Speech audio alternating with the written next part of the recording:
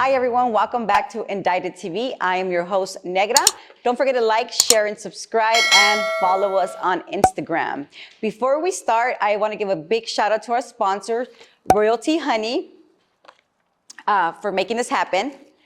Here's a little gift for you. I'm not saying that you need it. I'm just saying it works. Does it? I mean, you know, let us know. We're going to try it. We're going to try it. And also, as you could tell, we are not at our same location. I want to give a big shout out also to G'd Up Los Angeles for being our great hosts and having us. All right, we are going to get started. They hooked us up, right? You understand what I'm saying? All right, well, we're going to get started. Let's do it. Would you like to introduce yourself? Yeah, Rick? My name is Freeway Ricky Ross. My real name is Ricky Ross, but you know everybody call me Freeway Ricky Ross. So, not that I really need no introduction. Definitely you don't, but I mean, you know, you gotta let them know who you are. Yeah, we let them know. That's right. What's All up, right. y'all? All right. Well, we're gonna start off by you're gonna let us know where you grew up, where you're from, how your house was, brothers, sisters, your upbringing. I grew up right here in South Central LA. You know, about 6 miles from here. Okay. 87 in Figueroa. Moved there around 69, and stayed there up until the time I went to prison. Okay. While I was in prison, my mom moved out the hood. But most of my life was spent in South Central LA. I love LA. We love LA. Yeah, we love LA. No place like LA. I had 3 brothers, 2 sisters. A lot of friends. Lots of friends. Lots of friends. So we love friends. Maybe not all friends, right? You keep the enemies. Yes. So did you graduated from high school? Did you go to? No, I didn't graduate from high school. I dropped out of high school. So you dropped out of high school. Yeah, I never really got school. Like it was like school wasn't for me. It's not for everybody, but stay in school, kids. Yeah. I'm not saying that you definitely need to get the basic fundamentals. One of the things that I hate about my life, and it probably would have took me in a total different direction had I learned how to read at an early age. I always had this work ethic about me. Where say for instance in the summertime, I used to volunteer to go to Texas to work with my uncles who hauled hay and puckwood, and most people don't know what that stuff is, but it's really drooling work. And in Texas, sometimes the sun is 114 degrees, and you're out in the woods working, and it's sweaty, mosquitoes and ticks, and it's grueling work. But for a kid who was only 9 or 10 years old. Yeah, I was about to ask, how old were you? I was like 9 or 10. Yes, you were super young. And I wanted to go, but they also would let me drive the trucks too. So I learned how to drive in Texas at a very young age. Oh shit. Yeah, so I just enjoyed that environment and opportunity to make some money. You love money. I love money. He says I love money. You know what? But I kind of changed that in my older age. Right now, I don't love the money. I love to make the money. Yes. So it's a little different, than just loving the money. Yeah, because it really is freedom. Like you're able to move around when you want if you have money. I mean, we can't love the money because money is. Yeah, it's the root. Exactly. Not the root of all evil. But shit, start somewhere.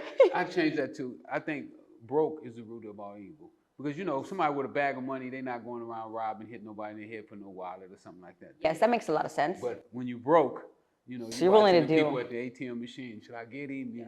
I saw her put that money in her purse. I should take that. It's just different ways that you look at things, and I believe that the lack of money is the root of all evil. But I love to work. I love to be busy. I love to intermingling with people. I just like the camaraderie. I guess that's the word I'm looking for. I don't know, but just friends. Friends. All right. At what age did you get in trouble the first time? When I first got in trouble? The first time. No. The first time you got in trouble with the law, yes. When was it? That was, And what it was for? Stealing cars. Stealing cars. Yeah. At what age was that? Like 19. Oh, you were already big. As soon as I dropped out of high school, I didn't know, because I played tennis. That's the only reason I went to school, because they had a tennis. I didn't take you for a little tennis player. If they didn't have tennis, I would have been probably dropped out of school. Tennis really saved my life, you know, because I probably would have wound up like a few of my friends. A couple of my friends just got out of prison. One did 45 years, you know. Oh my God. Yeah. So and he went to jail at like 18 years old. So I can only imagine had I stayed on the path that I was going with them, you know. Yes.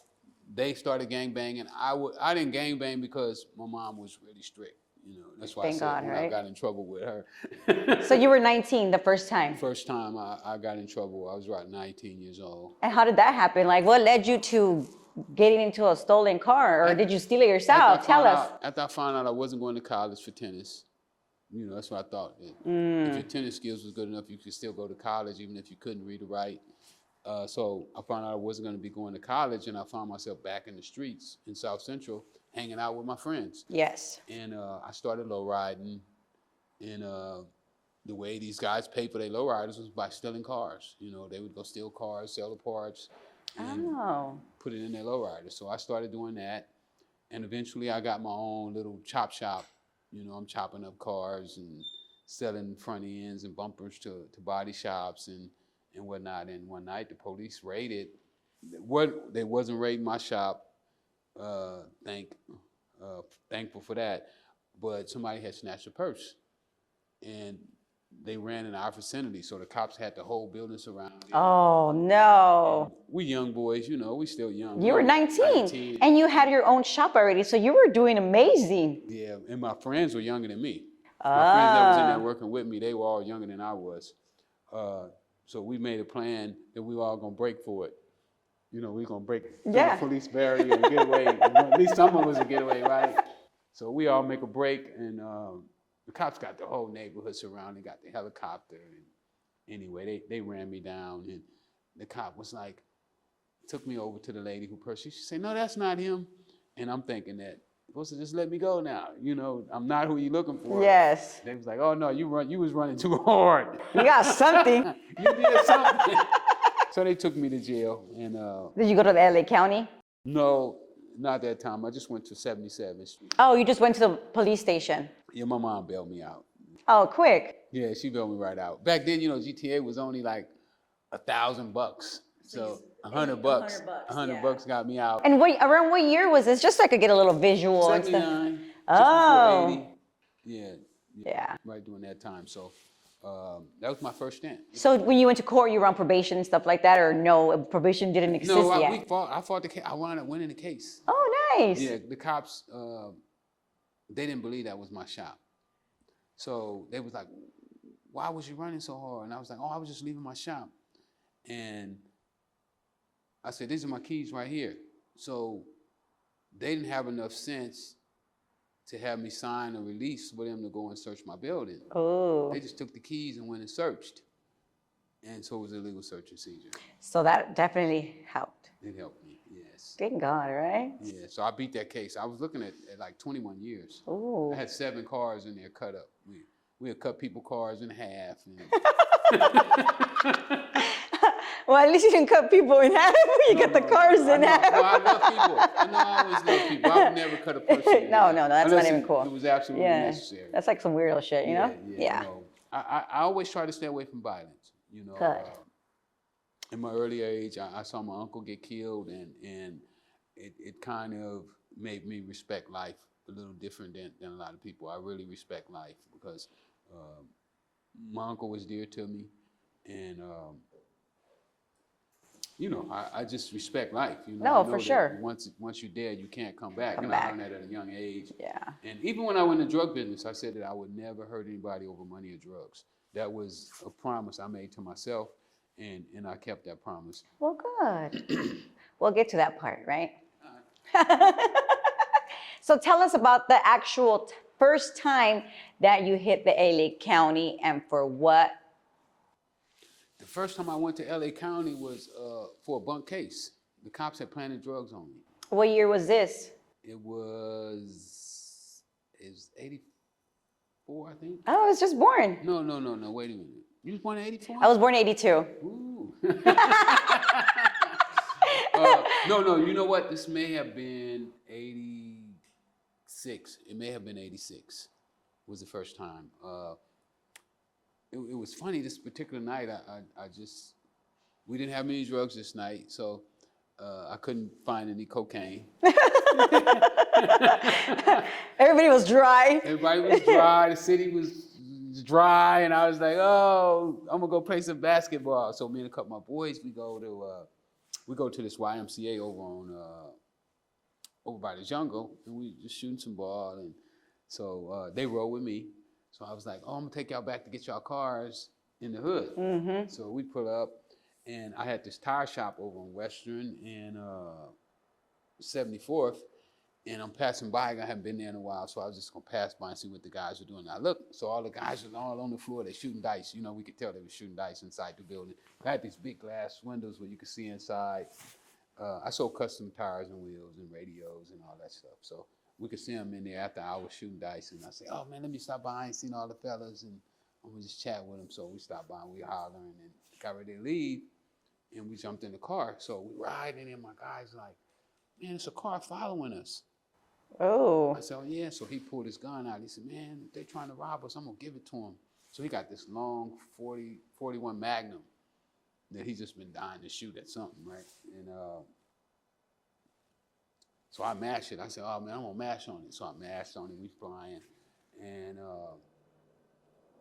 we get stopped at a red light. So when we stop at the red light, they pull on the side of us, and they let their window down, and then we see the badge on the jacket. Oh, shit. So it's the sheriff's. And he's like, "Oh, shit." And he recognized him because he had just got arrested from him about 2 weeks ago. He said, "Fuck, that's Tomar." He said, "Tomar said he gonna kill you."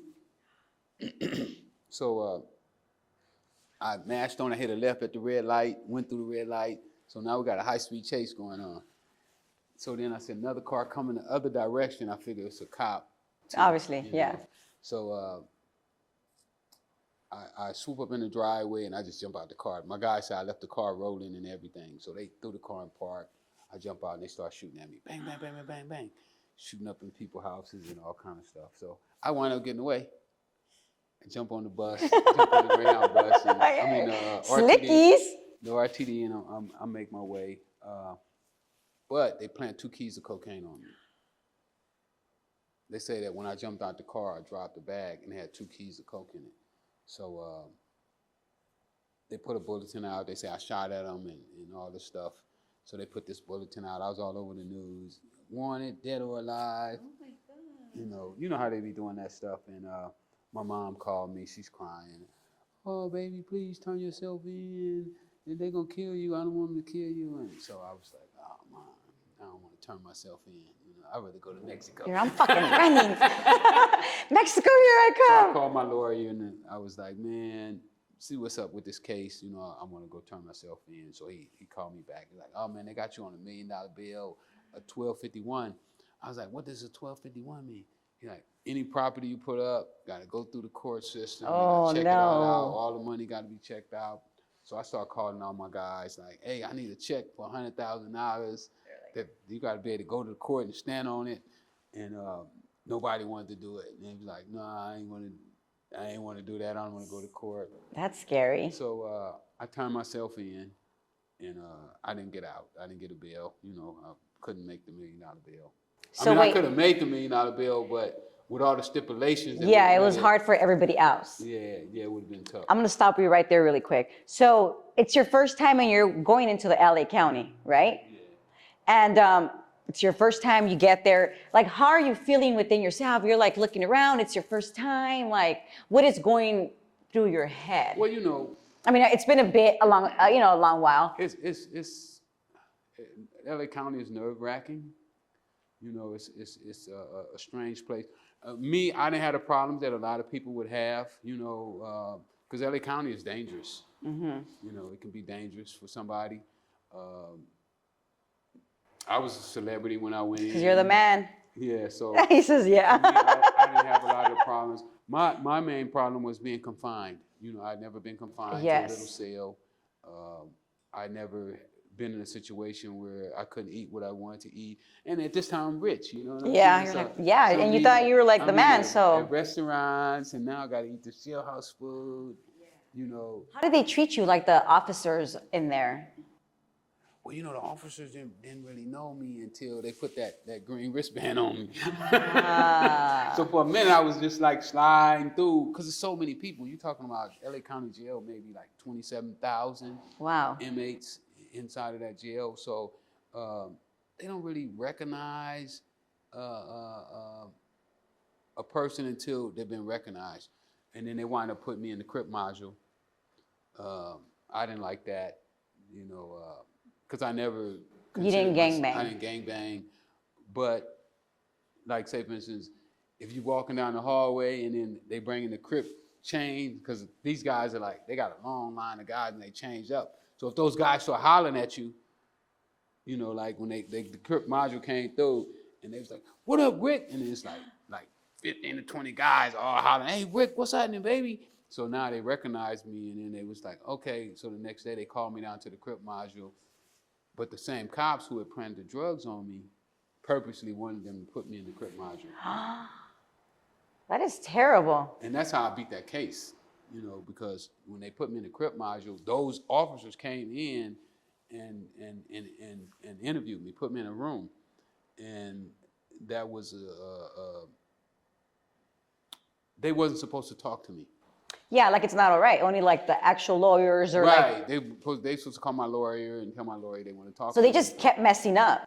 They just kept messing. Which is amazing, right? Good for me, though. Yeah, so I'm saying. They wanted you so bad they kept messing up. Yeah. They had gotten overzealous, I mean, they were already planning drugs, lying on search warrants, and so forth, and this was just another one of the, in the interview they talked about they had the judge in their pocket and called the judge a bitch and said my lawyer was on coke and just all kind of stuff. Oh my God. They was talking reckless. Now they told me that if I told my lawyer that they came and visit me, that they was gonna take care of me. Right. So I kept it a secret until we was in court, and so we got in court, and the police was on the witness stand. It's when my lawyer sprung it on him, like, did you go see, you was in the county jail a couple weeks ago? And he was like, yeah, I was down there, because they got to sign in. Mm-hmm. Did you see my client? And then he was like, yeah, we seen him. And he wasn't supposed to. Yeah. So. Well, it worked out for you. Oh, great. It worked out. I mean, even though the case, I shouldn't have been in jail anyway. The 40 days I spent in jail was total bullshit. Oh, it was only 40 days. It was only 40 But to you, it felt like freaking forever, probably. Oh, yeah, it was my first time being incarcerated. Girl, get me out! Being in a jail cell. Other than the time for the GTA, but the GTA, I was only in there to the time they booked me, and my mom had got me right out. Ah, so was this your only time that you were in the LA County? No, I went to LA County after that. I went to LA County in '89 when the feds. So you got a Fed case. Yeah, that's when I really did the time. Okay, you could. But LAPD and the sheriffs arrested me for the feds. Like, I was at one of my apartments fixing concrete and doing. I quit selling drugs. I wasn't selling drugs anymore. I hadn't sold drugs at that time in about a year and a half. And I called myself being done with drug business. Yeah. I'm good. I'm out. I made it. So I was doing some concrete, and then one of my guys was like, man, I just saw some narcs roll by. And I was like, we ain't worried about no narcs. And a few minutes later, they swooped up, and I heard all the ruckus, and I took off running, and they started shooting at me. They shot at me every time they get a chance. I'm blessed that I never got hit. Well, that's good. So they arrested me then, and they beat me bad, beat me all up, and all these scars in my face. All this is from the police. And they charged me with assault on a police officer. So for the assault on a police officer, they gave me $1 million bail. Because what happened, look how dumb these cops were. They were so dumb. Then they had a federal indictment. My indictment was a secret indictment. Your indictment was a secret indictment. Yes. That is crazy. So it wasn't like every cop could get a hold to it. Just certain individuals. Certain individuals could get it. So when they arrested me, they couldn't get the indictment to hold me. So technically, they were supposed to let me go. They were supposed to okay, no charges, or the $1 million bill, because that $1 million bill, I posted that $1 million bill. I Wow. posted that one because it didn't have the 851 on it and all other stipulations. So we posted the bill, but they wouldn't release me. Yeah, they didn't want to let you go. No, so I wound up going to the county jail for that. I stayed there for 6 months. Let me ask you something. What was the worst thing you saw while being in the county jail? Wow. Guy getting raped. The Crip module was bad, man. They when they put me in the Crip module, you know, I raised all kind of records about staying there. So what they wound up doing is making me a trustee. You know, where I could walk around in tears, and you would see guys that would want to be a Crip or something like that there, and when they get to the module, none of those guys knew them. And they would treat those guys so bad, and I'll be like, man, y'all to let him out. You know, they cut all their hair off their face, and Oh my God. whooping them with the shower shoes. I mean, it was bad in there. What was the worst thing you did that you're able to say while being in the county jail? I'm not a guy that really do devious things. Just have to ask, you know? You know, probably smuggling the food from the kitchen back to the guys where they could cook. Obviously, you didn't hoop it. No.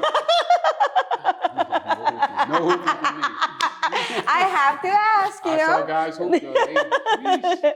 I saw them hooping money, and not me though. I couldn't. Nah. I get it. I was only there, you know. Yeah. I was only there. I didn't think I was gonna be there long anyway. You know, I really never really got into the life. I mean, I would eat the food off the, you know, they like sand a little spot on the bed, and they put toilet paper, and they would cook hamburgers right off the bed, you know, and probably eating that stuff up was probably the worst thing I ever did. Yeah.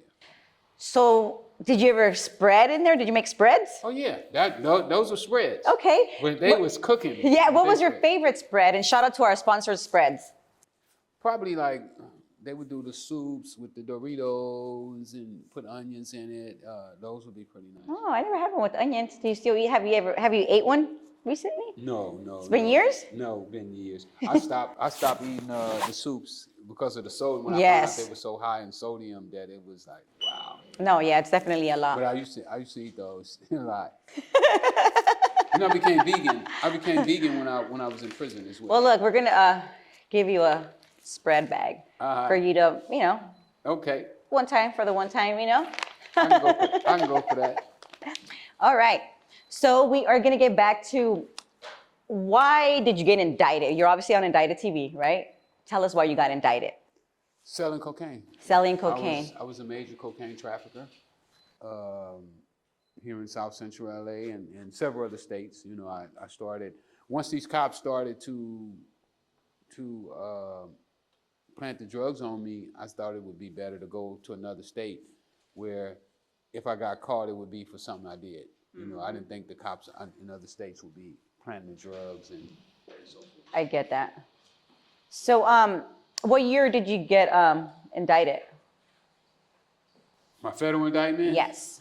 I got arrested in '89. I don't know the actual date that they indicted me. My guy that got caught, that started the investigation, was in '78.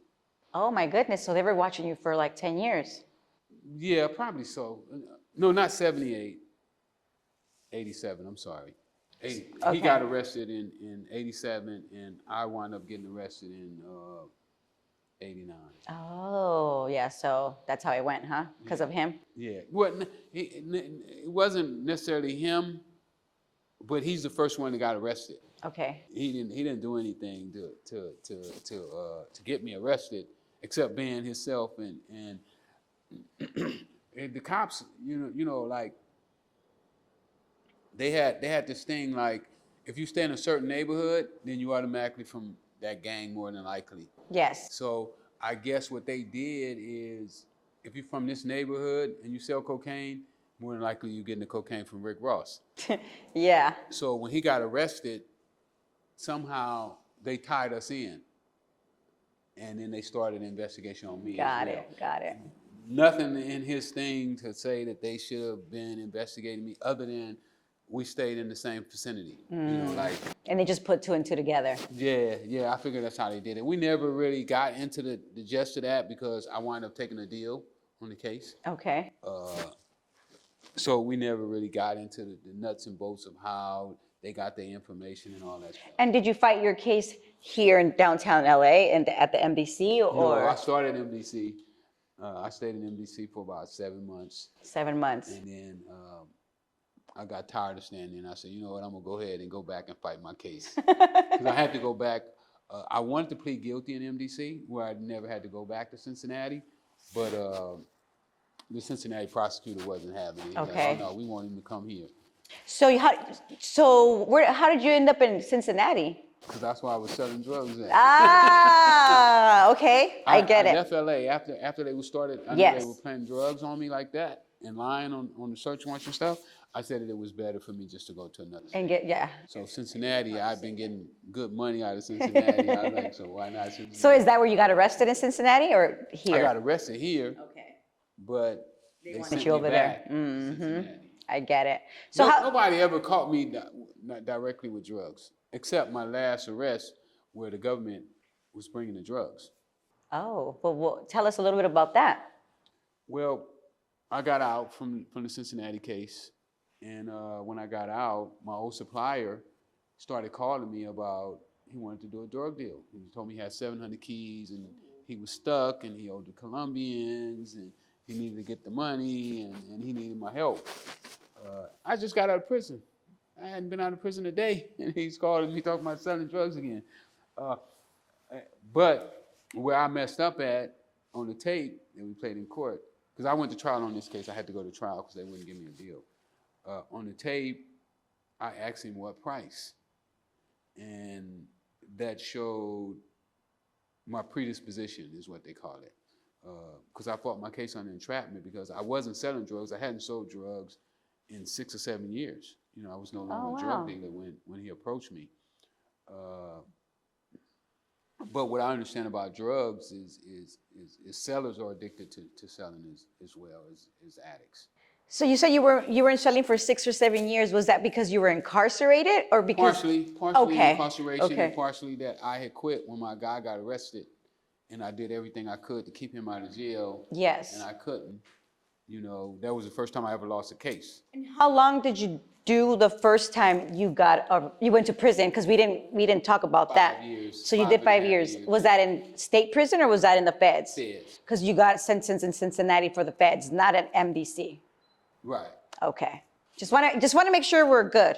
So what was the difference, or how did you feel being at When I MDC got to LA? Feds, Yes. back then, Back then, was it like the movies? You know? the feds wasn't bad back then. I mean, they had, the food was way different. You know, it was like almost like a restaurant. Really? Yeah. Because when I was in the feds, it wasn't like You if get I. fed on time? For what? Not me to be in you. I'll go on your show. How about you could interview me and I'll tell you about my indictment. Look like you've been in no feds. Well, you know, criminals don't have a look. Okay. Yeah, well, the feds was, at that time, the feds had salad bars. I mean, yeah, you could eat beans and rice all day long. You know, they had a salad bar there when you just come in. If you don't want to eat what they got on the main menu, I mean, they had banquets and stuff where they had steak and lobsters and shrimp. Oh wow! So it really is like in the movies, like they like. No, it was like that. Well, I'm saying it was because it's not. They changed it though. It changed. Like I was there, I watched it change. You know what I'm saying? Like I was there when I first went to Phoenix, Arizona, FCI Phoenix. It was like a little college campus with a fence around it. You know, where Yes. you couldn't do whatever you wanted to do, but I watched it change. You know, I watched as more blacks and Hispanics come in, the food got a little worse, the budgets got less, and it turned more into warehousing. You know, when I first got there, they still had one-man sales. You know, you only had a sale by yourself with a key.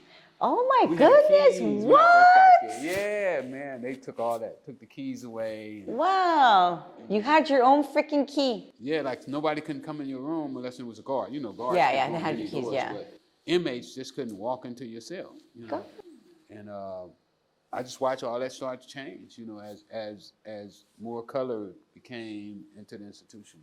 So, Wow, that is a trip.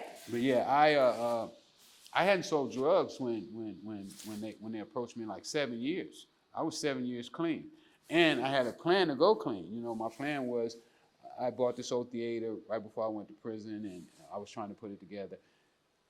I got in trouble with it. You know, I was 30,000 behind on the note when I got out of prison because my note was 6,000 a month. So I've been paying 6,000 a month the whole time I was in prison. Oh, wow.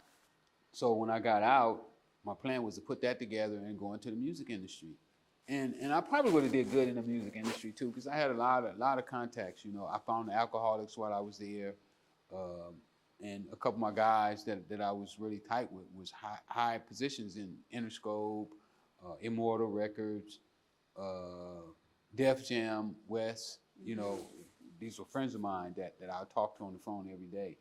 And my plan was to go into the record business, but then when my old guy called me, and he's talking about he got 700 keys, and you know, I started calculating them. You got the little itch. And you know, that old thing started kicking in. Yeah. And he like, why you asking Like you were people, saying, the addiction, you know? why you asking people? He tell me, why you asking people to help you? You don't need no help. Help yourself.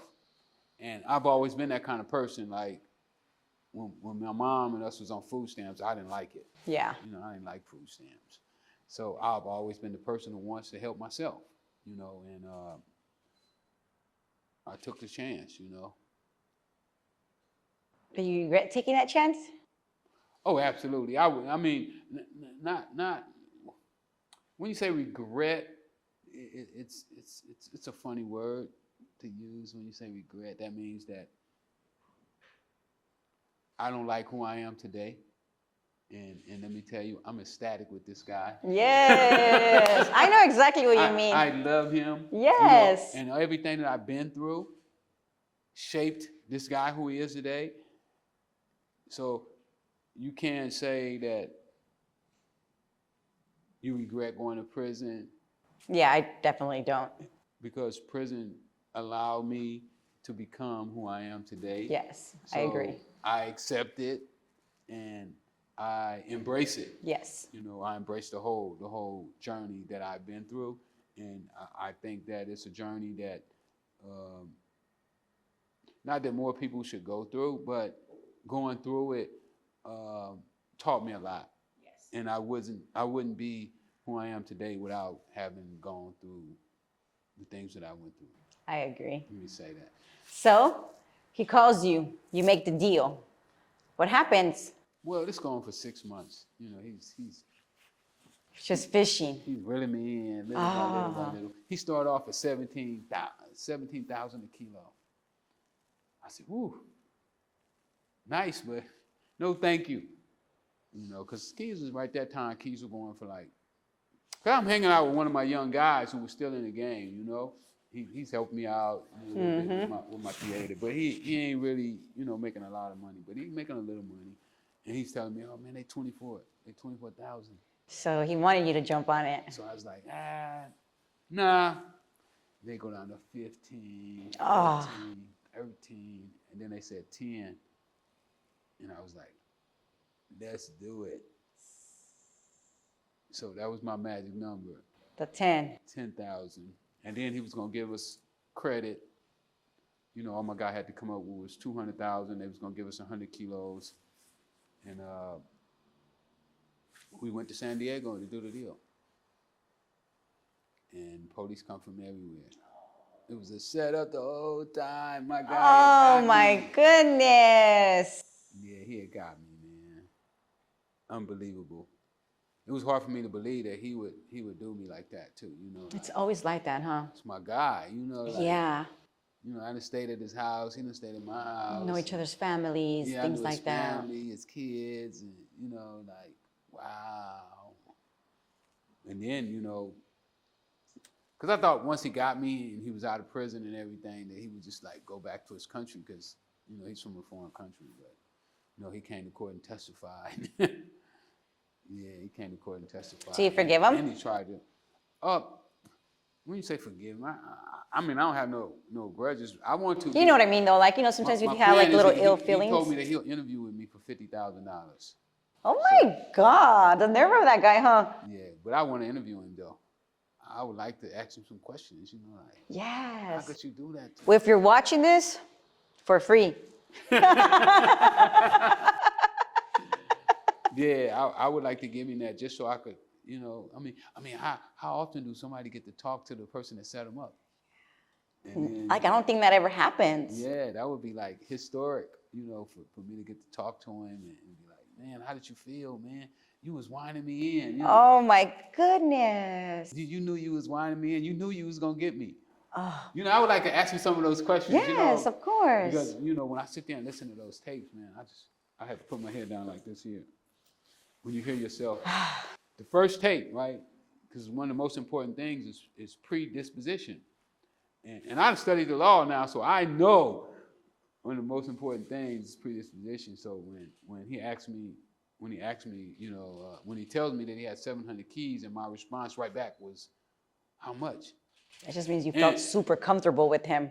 Yeah, and it was kind of like a natural reaction for me, with all the deals that me and him done. Like, what's the price? Mm-hmm, like he's your friend. Yeah. So when I heard that tape, man, I just like put my head down, like, yeah, you just nailed a cross in your heart.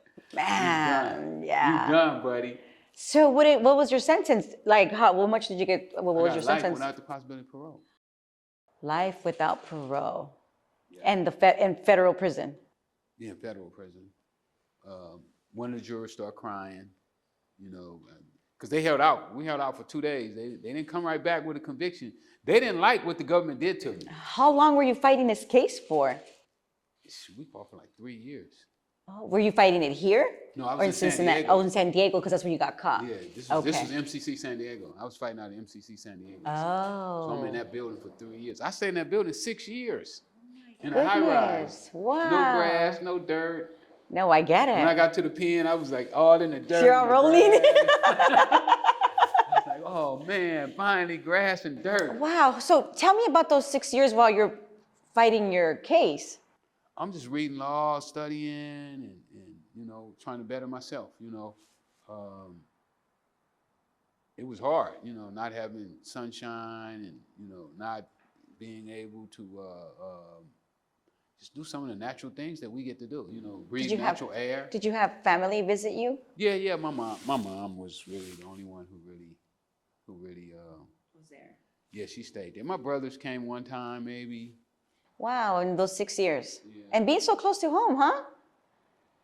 Well, it's 100 miles, so 100 miles is close. Back then, it was like a lot. Yeah, it's like super far. It's still far, but, Mom came, though. She would come twice a month, 3 times a month. Oh. So. I mean, you had that, which is like the best support, your mom. Yeah. But I was good, though. I was, You worked out, you were on buff, stuff like that. I worked. You're all happy thinking about. You pictured yourself. Worked out, and that's when my reading got to a certain level. Well, good. And, I started reading the law books and started writing my book there. Oh. So it worked out. It definitely did, right? And I found a law that set me free right there. So those 6 years definitely worked for you because, like you said, you found the law that got you free. How long after did you get released? Oh, I still did another 7, 8 years. So what was the total time you did? For that case was 14 years and like 8 months. 14 years. So you're in San Diego for 6 years. You get sentenced to 25 to life, right? Where did you go? USP Lompoc, the New Rock, is what they was calling it at the time. How was that for you when you first got there? It was scary. Why was it scary? Tell me. Oh, well, you're looking at this building, this concrete, and you could tell it was really old. You could see the rust where the rain had been on the bars, and the bars had ran down rust down the concrete. It had like 3 or 4 barbed wire fences, and then it had a whole fence of all barbed wire, just all barbed wire. Gun towers, about 6, 7 gun towers. It had 2 or 3 trucks that circled it. So the warden prided himself on nobody escaped from there. You know, saying that it was a new rock. He went to Alcatraz and got a rock from Alcatraz and put right in front of the building and said this is the new rock because Alcatraz had closed. Oh, wow. And so he was saying, ain't nobody getting out of here. Yeah, that would have been rough. So that was scary. For sure. You know, that this may be where you die. This may be your cemetery. Yeah. And, you know, when you got inside, it wasn't much better, you know. Had a bunch of little holding tanks where they put you in for R&D. When I got there, I went straight to the hole. You know, they had to make sure that I could come on the yard, you know, because there, if you're not right, you know, with the inmates, then you're not kill gonna, you. yeah, for They sure. won't let you come on the yard. So basically they were waiting to check your paperwork. They check your paperwork, and they go talk to the guys, you know, the shot callers. Hey, such and such is here. You want him on the yard? And is he okay with you? You know, is he all right with your group? You know, y'all cool with that? And then once they give them the okay, then, you know, they'll let you out. So And I how stayed long? in the hole about 3 days. Oh, okay, 3 It days. took about 3 days for them to classify you. They call it classification. Wow. That's intense. Yeah, so you stay. But you were kind of already used to being in the one cell since you did the whole 6 years without even like just going to the little yard outside, not even a yard, yeah. right? Well, in MCC they got what they call a day room inside the building where you can get out, you can walk around, you can mingle with other. It's kind of like MDC. Yeah, just like MDC. Yeah. Yeah, the newer one. I mean, MDC is newer. San Diego, I think, was the first one. That was the tester. So MDC was a little better, you know. You was in MDC? I was. I'm telling you, you're gonna interview me. You're gonna ask me all these questions. I got you, Rick. Yeah. So it's just like MDC, except an older version of MDC. Yeah. Definitely nothing compared to Lompoc Rock. No, no. So the prison was way worse. The food, everything. Oh no, the prison food is better. Okay, so it was back to. Yeah, Lompoc. It's the thing about high-end prisons. They kind of treat them a little different because these guys don't care. Like, I was there 1 week when the guy killed. I was there when the guy killed the cops. Remember the guy killed the 2 cops and almost killed 2 more. I don't know. What year was that? Remember, 98. It was 98. 99. I was already older, but I was on drugs, so I probably don't even remember. Yeah, you know? So you don't look like you was on drugs either. There's no look to a drug addict, Rick. You bounce back. Hey, you bounce back. Not quick. You did a big bounce back. I did. I'm definitely grateful. Yeah, so I was there when he got killed. Would you say that was the worst thing you saw in those 15 years? Oh no, I saw all kinds of stuff in Lompoc. I saw a guy get hit in the head with a mop ringer. Oh. You know, those steel mop ringers. And those are hard, especially those. Killed him. Wow. Yeah, killed him over TV. The guy told him, when the stories come on, don't be in the TV room, don't touch that TV. He didn't listen. And he didn't listen. And the guy was finna go home too. Oh. And he went in there and turned that on some rap. And the guy came in there and hit him in the back of the head with that mop ringer. I saw a guy get stabbed multiple times. I was in the shower and we kept hearing something just like hitting the wall really hard. And I wrapped my towel around me and I looked out and 2 guys had a guy up against the wall and they were stabbing him. It was the white supremacists was going through some type of cleansing thing where they was getting rid of all their guys that wasn't. Is that what they call it, cleansing? Yeah, that's what they was calling it, cleansing. The guys who didn't want to cooperate. And then one of my best friends, you know, who was a white guy, Todd McCormick. When I got to Victorville, the white supremacists told him that he couldn't be hanging out with the black guys and smoking weed with them and stuff. And Todd told him he wasn't a white supremacist and he hung out with whoever he wanted to. Oh, that was bad for him, huh?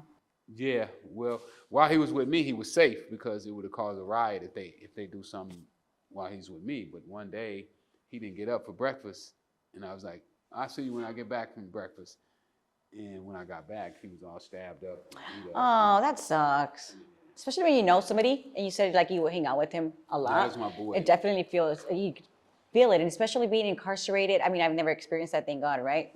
But just hearing about it, just like knowing that you lost a close friend that made you feel a little something inside, like, you know, you don't lose your, you know, your heart, you know, your feelings, your, that part of you that, you know, like keeps you still like your little heart going. You know what I'm saying? Yep. I saw a guy get beat in the head with a baseball bat too. They had bats? Yeah, we played baseball. Well, I guess we did too. They Yeah. didn't play baseball. Well, this guy was a big guy, and he had been messing with this little dude, and the guy was sitting down, and the guy hit him in the back of the neck.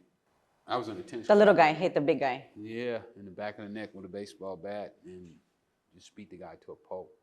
You know, just like constantly just hitting him in the head with the baseball bat. They had to take him out on a helicopter. I don't know if he made it. Oh. So how long were you in Longpoke?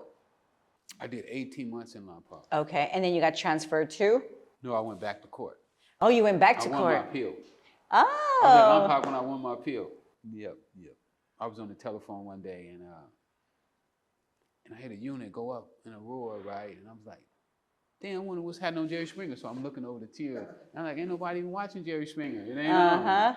And then one of my young guys is running down the tier and he's like, Rick, you just won your appeal. How did they know without you It was knowing? on the radio. Oh, shit, on the actual radio. Yeah. Oh, that was cool. Yeah, so it was like, and then to see all the guys happy for me was like, damn. That's like even gave you it was like already an amazing feeling, but to see them and it's like, oh shit, what? They were like so excited for you? So Yeah, definitely I ran love. to my cell, turn my radio on, I hear him talking about it, and it's like, yeah, Rick Ross just won his appeal in part and confirmed in part, and I was like, oh man. So what did that mean? I was only going, they said the most the judge could give me was 22 years. Oh, and you were already down half of that. Yeah, I'd already been in jail like 8, 9 years already, so it was like, I'm going fucking I'm home. going Yes. home. Fuck yeah. So then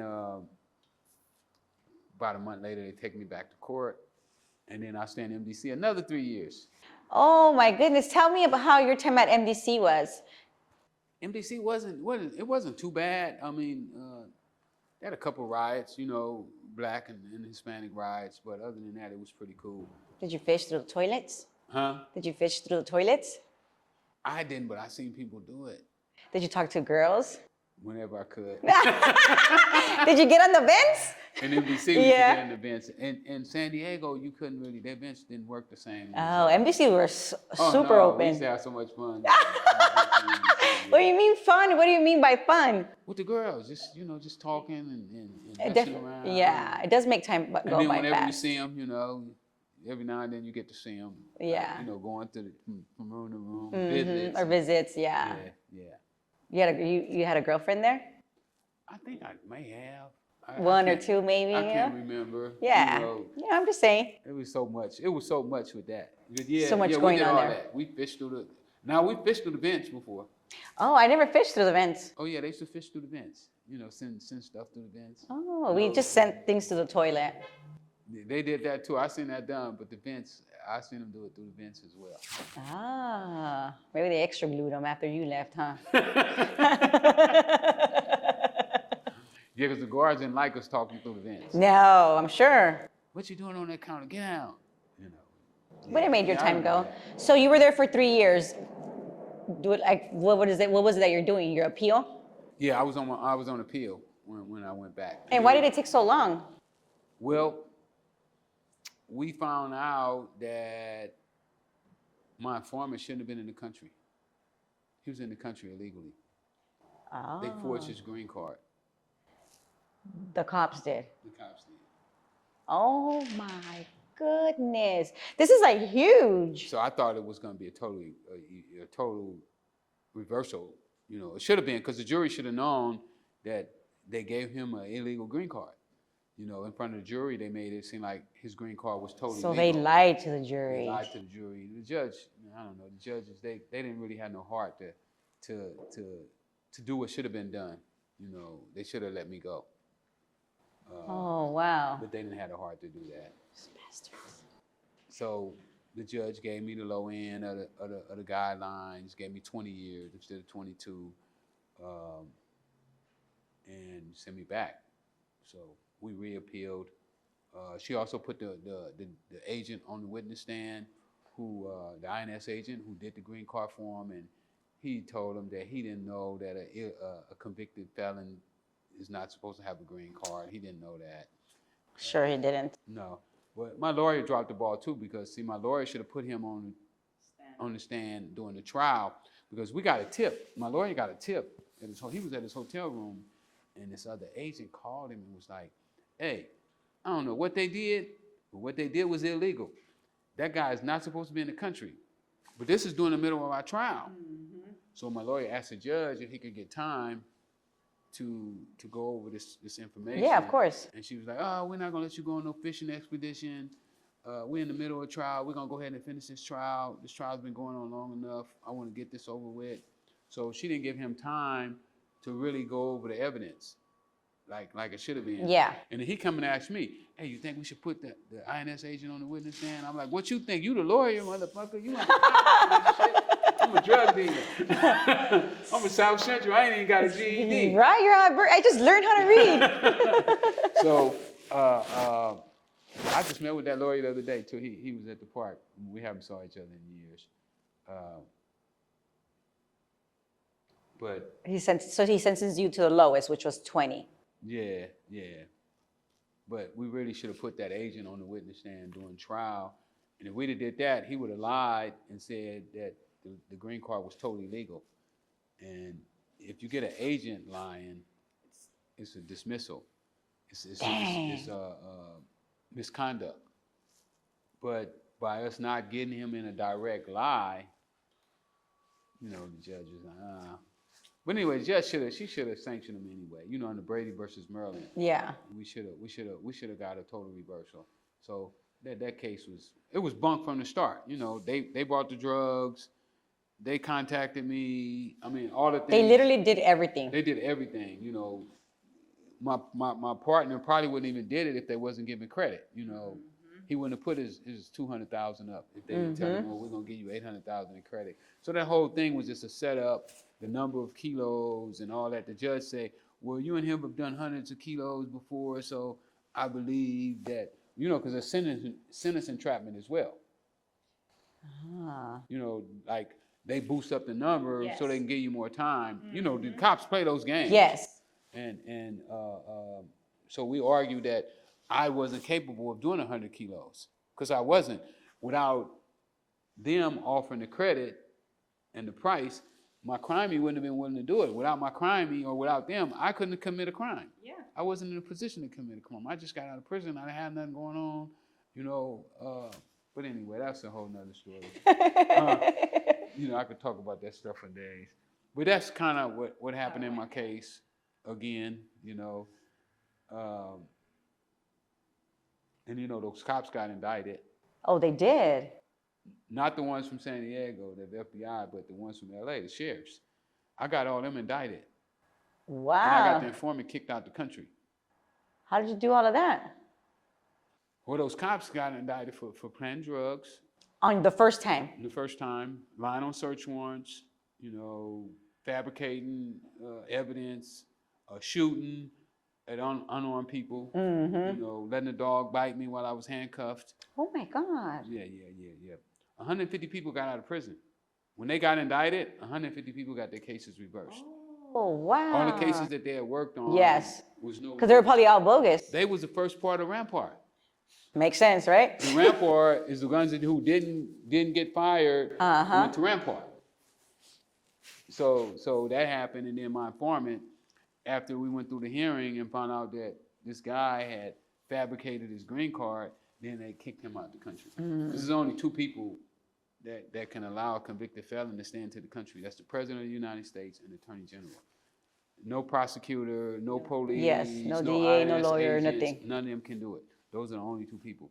So when I found that in the law, then I was like, I got a slam dunk reversal because this guy shouldn't have even been able to call me. Yes. Legally, he shouldn't have even been able to call me. It was illegal for him to make the first phone call. Yes. To me.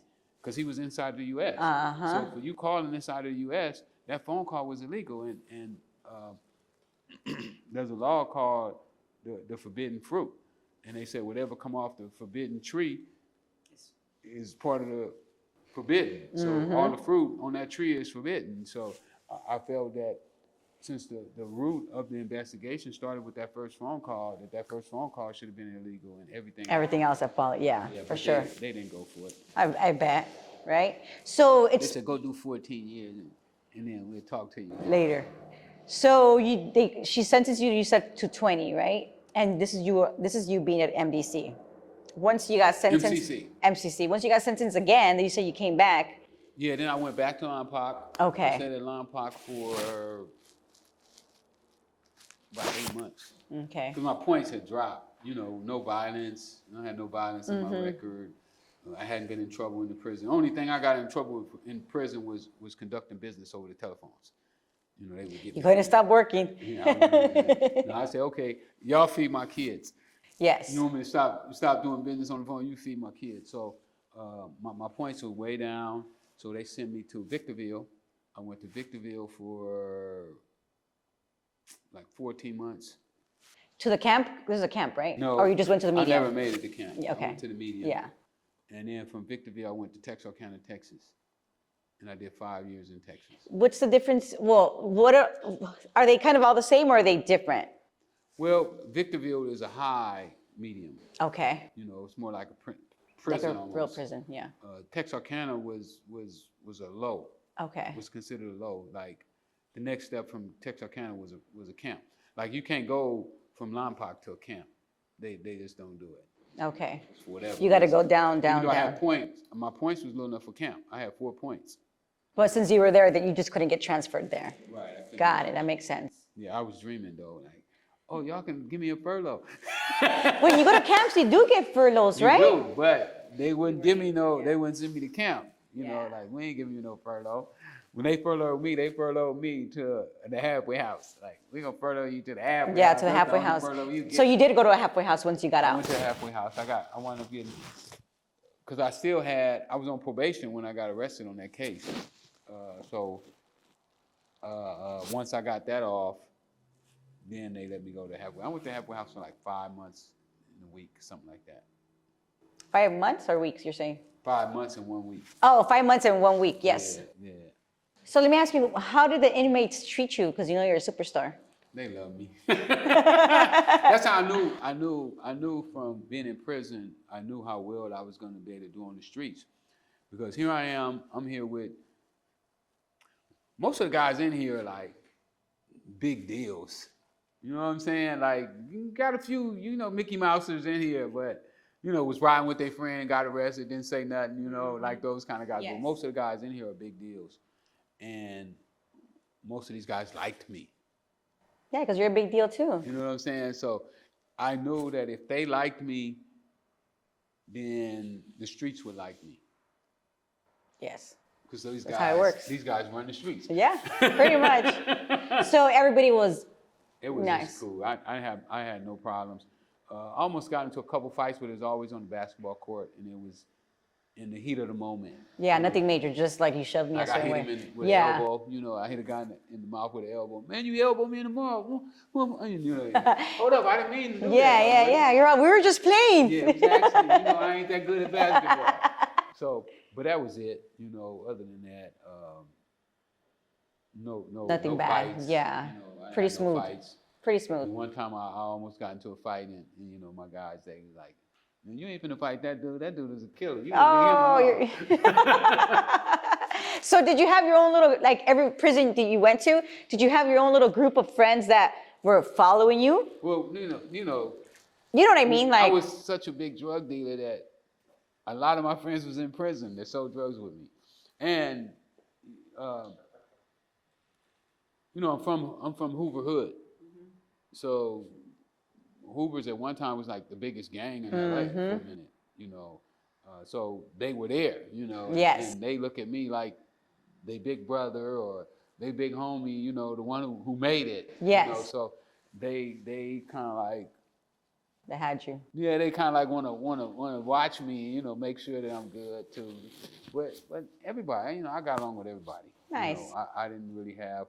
I had things that I could do that other black guys couldn't do. You know, like I ran a store, and Spanish people, you know, they were allowed to come to my store and buy stuff from my store. They couldn't buy from the other stores. So they Oh. gave me. I could go to the Spanish card table and sell products to them when they wanted. You know, so they gave me privileges that a lot of people didn't get. Do you think it's because you weren't an actual gang member? You were just. Absolutely, that played a role in it, and that they knew I wasn't affiliated with the gang You were violence. just. And You were whatnot. just to I'm a give hustler. everybody. Yes. I'm a hustler. Yes. You know, I like money. I like everybody. You know, and you know, I started reading these books too, and I started practicing the things that they say in the book, like. For example, what books? Like, what are the main books that you feel like you learned more from? They know already. Everybody out there know my favorite. What, the 48 Think Laws and of Grow Power? Rich. No. I didn't like the 48 Laws of Power. I read it, but it was too contradictory. Think and Grow Rich by Napoleon Hill, The Richest Man in Babylon by George Classy, and As a Woman Think and As a Man Think by James Allen. Okay. Those books were like really set my new foundation Good. of what I was going to do.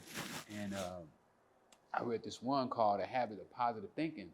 So they had me, when I first got to Lompoc, I was in the, what they call maximum security. So I had to work right in front of the captain's office. And this is like the main hallway where all the inmates had to go by the captain's office to get to the yard or get to the cafeteria. So we would just be out there mopping the floor. It'd be like 30 of us mopping the floor, like 40 yards long, you know, way too many people. Yeah. This was all the high-powered people who had to be there. You know, that's what we stayed at most of the day. And what I did is when the guys would come by, I started making it a habit of speaking to everybody that come by. Hey, man, what's up? How you doing, man? What up? And what I noticed is once I started doing that, the people start speaking to me before I spoke to them. In a positive way. In a positive way. It really works. So it was just, you know, just another way of showing that if you have a good attitude, good attitudes will come back to you. Yes, I agree. So those books is what kind of helped you to where you're at now, your No way of question. thinking. They're my format. Yes. I'm using their principles, their formats. Just like right now, I just got a deal with Universal Music Group. I got a distribution deal. Oh, good. I'm about to ask you where you are at now, but we're not there yet. Yeah. Oh, yeah. Okay. Well, we're gonna wait. We're gonna wait. All right. So you are in Victorville? No, you're in Texas. Did you parole from Texas or did you parole from? Okay. How long were you in Texas? 5 years. What would you say was the worst thing you saw in your last 5 years?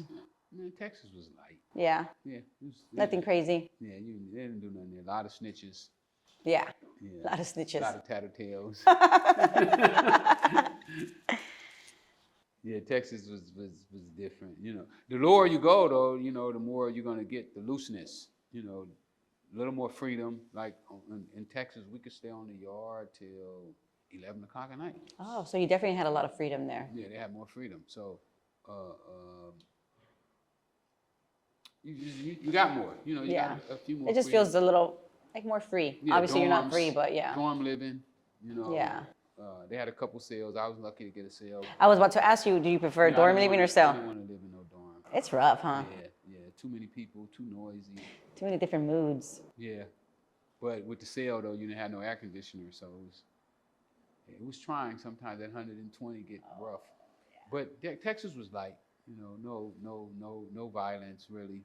You know, a few fights once in a while, but for the most part, it was a boys' home. Yeah, boys' home. So, when did you find out you were getting released? Did you get a date? Like, how did that go? Well, finally, when I got the probation part lined up, you know, from Cincinnati, because I was on probation. Once I got that done, then they gave me a date. A couple months after I got it, they told me I'd be going to that. How did you feel when they gave you the date? Oh, I was excited. You know, just to know that I had come so far. You know, from never going home to now I would be on the street in a couple months. You were shorter than the midget on his knees. Yes. You know what I told myself? I was going to enjoy those last couple months in prison. So what did you do? That's going Nothing. to be the last time I was there. That's right. And was it your last time? So far, so good. That's right. So what did you do those last few months? You said you were going to enjoy them. What did you do? Just the same stuff, reading and working out. You know, I had a routine. I would read most of the time, you know, go do my little workout, and same thing. Took a lot of pictures before I left. A lot of pictures. A lot of pictures. A lot of pictures. Everybody wanted to take pictures with me. I want to ask you to send me a American picture. Gangster came on TV while I was in Texarkana. Really? Mm-hmm. Tell us. BET did the American Gangster series. I don't think I watched that. Mine came on. You watched it. Yeah. They let me out of my cell to go watch it by myself. That's cool, right? Yeah. Oh, yeah. Because you're the man. Definitely. So it was your day to get home. Did you get your clothes? Did you go home in your grays? I went home in jail clothes. In your grays? Yeah, I didn't care about. No, for sure. Clothes don't make the man. Man make the clothes. I know that's right. Yeah, I'm more about making mine. You know, I don't need no particular clothes. And I kept my jailhouse pants, but I still got them too. They got holes all in them. I wore them out. I wore them out. But yeah, I just came on with what I had. You know, I didn't even try to get them to send me no clothes. Did you come to LA? You came home to LA? I did. I went to San Diego. To San Diego. Yeah, I took a bus ride. I requested to ride the bus. You know, they wanted to fly me. I was like, nah, I take the bus. And how was that experience for you? It was cool. You know, I got the first time to see all these kids with cell phones, and so I was like, damn, everybody got cell phones now, huh? Because what year did you get out? I got 2009. 2009. Yeah, they had little kids on the bus with phones. That's what I was in the feds already in 2009. Oh, you went in 2009? I went in 2008. So you're getting out and I'm going in. Yeah. Damn, we just missed each other, Rick. I saw you in the chain gang. Where do you do your time? Minnesota. Minnesota? So Yeah. You caught the Air Con. Con Air. I Yeah. caught that thing so many times. Oh, it was rough for They me. was flying me back and forth from California to Cincinnati, Texas, and It was rough. It was my first time taking a flight, like being in an airplane. So it was a little intense for me. handcuffed. Yeah. I was black boxed. Did you see the guys that was black boxed? Yes. Yeah, That's like rough. That was me. My hands were like this here the whole time. And your feet. And you can't go, and you're shackled too. Yeah, that's rough. And then you can't go to the bathroom, because you know the black box, they got it tied to your what's the name, so you can't move your hands. Like, At all. You can, with y'all, you can do this here every now and then, but this just like the whole time. Like, Yeah, I threw up and got my period and all kinds of shit. So yeah, but that's a whole different So you story. caused This a is mess not for about me. This is about you, and Rick. you caused a mess for them, huh? It was rough. That was. But back to you. So what was the craziest experience in Con Air for you, since you said you've been on Con Air a lot of times? Well, didn't much crazy happen, you know. They really pretty much controlled it. Zorro, you know, when Zorro came on, this guy named Zorro, he was a Cuban, and they said he could break handcuffs. Oh shit. Yeah, like they say he could break 2 sets of handcuffs. Is that why they called him Zorro? I guess, I don't know. he was a wild dude, they say.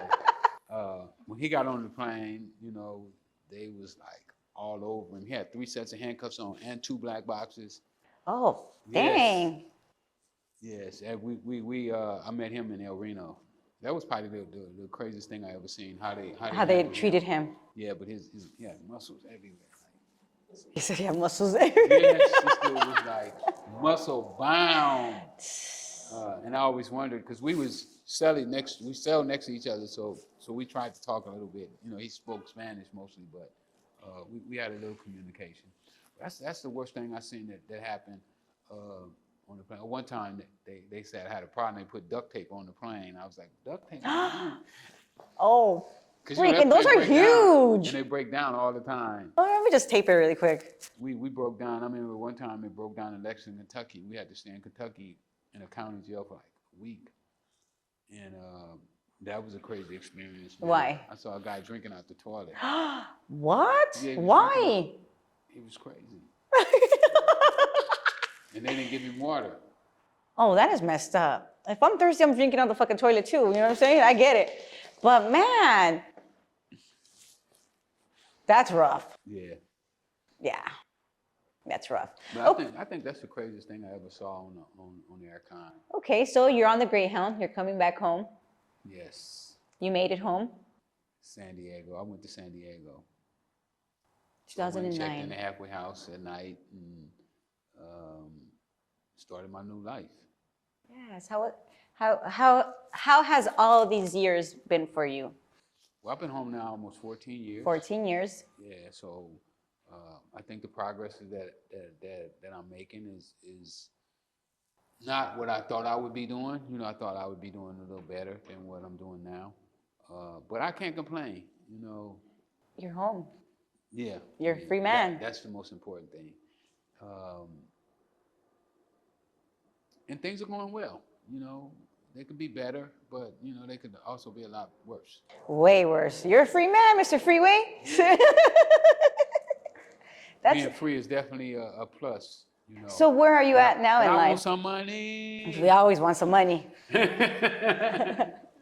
So what are you doing now? Where are you at exactly now in life? You mentioned that you just got this I got deal. 2 books out.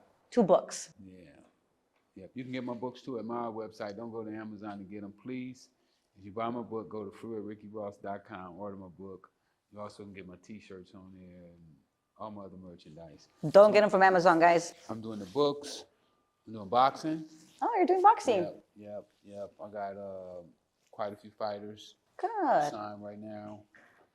What else am I doing? Oh, the movie. My movie's in pre-production. Mike Ho is the director. Just hired Mike, and we should be looking for actors here in a couple weeks. Well, if you need a Mexican girl, I'm here for you. We can always use a pretty Mexican. You already know that. I just got a distribution deal from Universal Music Group. Good for you. Like 2 weeks ago. Good for you. I'm looking for an artist right now. Somebody special. Not too bad. I don't know how to sing. Just kidding. What else I'm doing? I'm doing some real estate. Good. Wherever you can get money from is what you're doing. Trucks. I got trucks. Good for you. And I'm doing motivational speaking. Good. So I'm busy. I'm too busy. That's good. But being busy is good, right? It's better than being Not busy. Yeah. Your mind going, all that. My mom used to say, an idle mind is the devil's workshop. Yes. Yeah, so I stay busy. Nice. Is there anything you would like to say to Indicted TV that you haven't said? Yeah, you got to give yourself a chance. You know, a lot of times we find ourselves in situations and we allow those situations to dictate to us who we become. But you can't allow situations to dictate to you. You have to dictate the situation. Boom. Yes, thank you. Thank you so much, Rick. I appreciate you to the max. Thank you. Thank you everyone for watching Indicted TV. Don't forget to like, share, and subscribe, and follow us on Instagram.